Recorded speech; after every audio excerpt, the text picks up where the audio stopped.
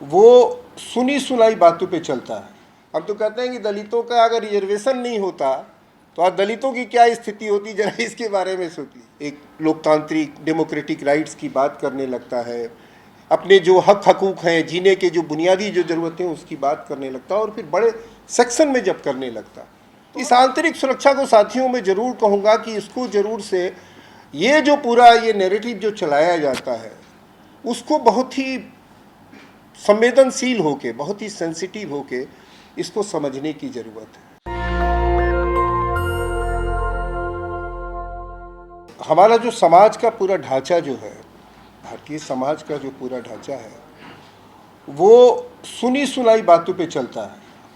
अब मैं मिसाल के तौर पर कहीं भी किसी से भी ये पूछ सकता हूँ कि आप जो 100 बातें जानते हैं, जिन 100 बातों पे आपकी ज़िंदगी चल रही है, इतिहास की कुछ बात, कुछ भूगोल की बात, कुछ राजनीति की बात, उसमें से कितनी बातें केवल आपने सुनी है, किसी से सुन ली है, आपने पढ़ी नहीं है, उसकी डीप कोई स्टडी नहीं की है, डीप क्या स्टडी भी नहीं की है, तो वो आपको पता नहीं फिर कहाँ से कहाँ ले जाता है। और हमारा ढांचा लगभग ऐसा ही है। इतिहास के बारे में तो लगभग ये बात है। हम लोग जब छोटे थे तो हम लोग को ये अचानक से एक दिन बांग्लादेश और भारत, पाकिस्तान, ये सब 71 की बात, अचानक से एक दिन हमारे बीच में एक कहानी चली कि मकड़ी जो होती है मुसलमान होती है और गिरगिट जो होता है हिंदू होता है। अब हम लोग छोटी उम्र के, बड़ी दिलचस्पी हो गई कि अब नई बात आ गई कि मकड़ी जो है मुसलमान और गिरगिट जो हिंदू, और कहानी भी बन गई। मेरे सामने तुरंत कहानी भी आ गई। आपको नहीं मालूम है क्या हुआ था? नहीं साहब, नहीं मालूम है। हुआ ये था कि पाकिस्तान के जो सैनिक, पाकिस्तान का मतलब आप समझ सकते हैं कि मुसलमान, वो कहीं भाग रहे थे और हिंदुस्तान की जो फौज है वो पीछा कर रही थी, और जो पाकिस्तान की जो फौज है वो एक गड्ढे में छुप गई। एक पुराना किस्म का कोई गड्ढा था, उसमें छुप गई। पीछे से हिंदुस्तान की फौज आई, खोजते खोजते तो देखा कि यहाँ तो कोई दिख नहीं रहा। तो हुआ ये था कि गड्ढे में तुरंत मकड़ियों ने जाल बना दिया। तुरंत जाल बन गया तो हिंदुस्तान की फौज ने देखा तो कहीं तो जाल है, तो पुराना, कहीं कुछ होगा नहीं यहाँ। तो वहीं एक गिरगिट थी जिसका स्वभाव होता है ऐसे ऐसे करना, गर्दन की हिलती है ना उसकी।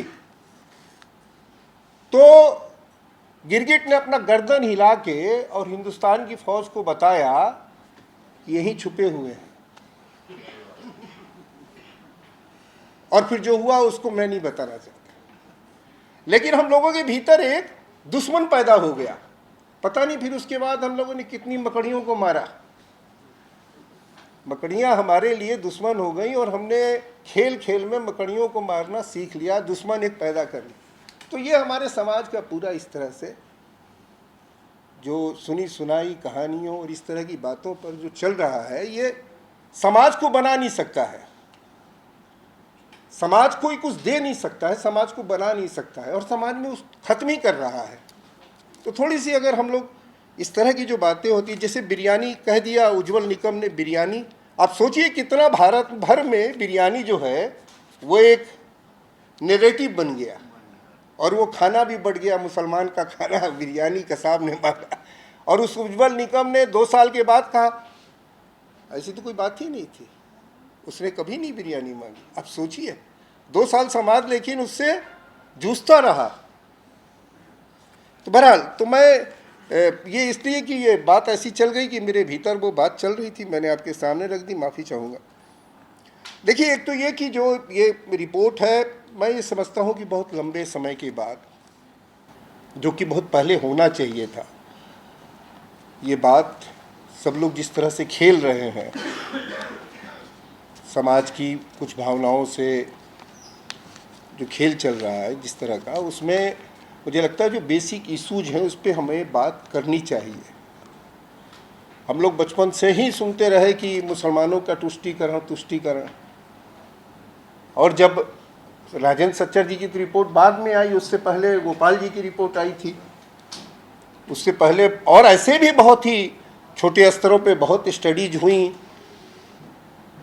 तो मालूम हुआ कि साहब यहाँ तो बहुत बुरी हालत है, कहाँ इम्पीचमेंट की बात है। लेकिन हम लोग उसको सब जगह दोहराते रहे, डराते रहे, सब कुछ ऐसा ही होता रहा और लगभग ये सिलसिला चल रहा है, ये चल रहा है सिलसिला। और मान लीजिए कि अब जो पॉलिटिक्स को पूरी लीड कर रहे हैं लोग, अगर वही अब उसी पॉलिटिक्स को का जो ओपोजिशन है उसको ओपोजिशन की बजाय उसको फॉलो करने लगे तो कितनी स्थिति और ज़्यादा खराब हो सकती है। तो अभी डर से कोई मुसलमानों को टिकट भी नहीं देगा, मुसलमानों के पिछड़ेपन भी बात नहीं करेगा। हम तो कहते हैं कि दलितों का अगर रिजर्वेशन नहीं होता तो आज दलितों की क्या स्थिति होती, जरा इसके बारे में सोच लीजिए। आर्थिक स्थिति और सामाजिक स्थिति में भी कोई बहुत बुनियादी कोई बहुत फर्क नहीं आएगा आप अगर आप अध्ययन कर लेंगे तो। आप मैं अभी पार्लियामेंट में जितने फिगर्स आए हैं ख़ास तौर से एजुकेशन से जुड़े हुए, वो स्कॉलरशिप का मामला हो, हॉस्टल्स बनने का मामला हो, एडमिशन का मामला हो, ड्रॉप आउट हो, ये सारे आंकड़े जब मैं देख रहा हूँ तो मुझे हैरानी होती है कि जो समाज का जो पिछड़ा और दलित तबका है वो किस तरह से एजुकेशन सिस्टम से बाहर हो रहा है और बड़ी तेज़ी से बाहर हो रहा है। तो मुसलमानों की तो जो स्थिति चल रही है उसको एक तरह से इस रिपोर्ट में साफ साफ एक आपको इंडिकेशन दिया गया है। और अभी तो ये बहुत ही मोटी स्टडी है, मैं तो कह रहा हूँ कि अगर माइक्रो लेवल पे जब जाएंगे इसकी स्टडी ये होगी तो वो तो दिल दहला देने वाली घटनाएं होंगी। अभी तो ये माइक्रो लेवल पे बहुत नहीं है। अभी हम बता रहे हैं कि आप दूसरे जो ज़िले हैं उनकी कंपैरिजन में एजुकेशन की स्थिति क्या। अभी अचानक से मौलाना आज़ाद से आप जो स्कॉलरशिप थी उससे रिलेटेड जो आप केवल पार्लियामेंट के क्वेश्चंस और जवाब पढ़ लीजिए, आपको इसके बारे में पता चलेगा। और मैं ये कहता हूँ कि ये नीतिगत तौर पे ये होता है। अगर मान लीजिए कहीं झुग्गी के इलाके हैं और वहाँ सड़कें नहीं बन रही हैं, गंदी जगह में रहने के लिए विवश किया जाता है लोगों को, तो ये कोई केवल ये बात नहीं कि ये झुग्गी नहीं, ये पॉलिसी नीतिगत बात होती है कि नहीं यहाँ नहीं बनना है, इनको इसी हालत में ही रखना है। ये सारी बातें नीतिगत होती हैं और ये किसी एक पार्टी के साथ नहीं जुड़ी हुई है, बल्कि हमारा जो पूरा सिस्टम है अभी जिस तरह से काम कर रहा है सिस्टम जो उसका हिस्सा है। ये मेरी अपनी समझ बनी है ये देखने और सुनने के बाद। तो मैं एक ज़रूर ये बात कहूँगा कि ये जो पिछड़ापन है वो एक तरह की पॉलिसी जो है उसका हिस्सा है और इसको पिछड़ेपन की स्थिति को बनाए रखना है, ऐसा मुझे लगता है। तो एक तो ये बात, और दूसरी बात जो मैं ज़रूर कहना चाहूँगा कि देखिए क्या होता है कि जब भी समाज का इस तरह का हिस्सा अपनी बात को कहने लगता है, अपनी चेतना जो उसकी चेतना बढ़ती है तो वो एक लोकतांत्रिक डेमोक्रेटिक राइट्स की बात करने लगता है, अपने जो हक हकूक़ हैं जीने के जो बुनियादी जो ज़रूरतें हैं उसकी बात करने लगता है और फिर बड़े सेक्शन में जब करने लगता है तो हमेशा एक बात हमारे समाज में होती है, एक वो बात होती है कि आंतरिक सुरक्षा को बहुत खतरा है। इस आंतरिक सुरक्षा को साथियों में ज़रूर कहूँगा कि इसको ज़रूर से ये जो पूरा ये नैरेटिव जो चलाया जाता है उसको बहुत ही संवेदनशील होके, बहुत ही सेंसिटिव होके इसको समझने की ज़रूरत है।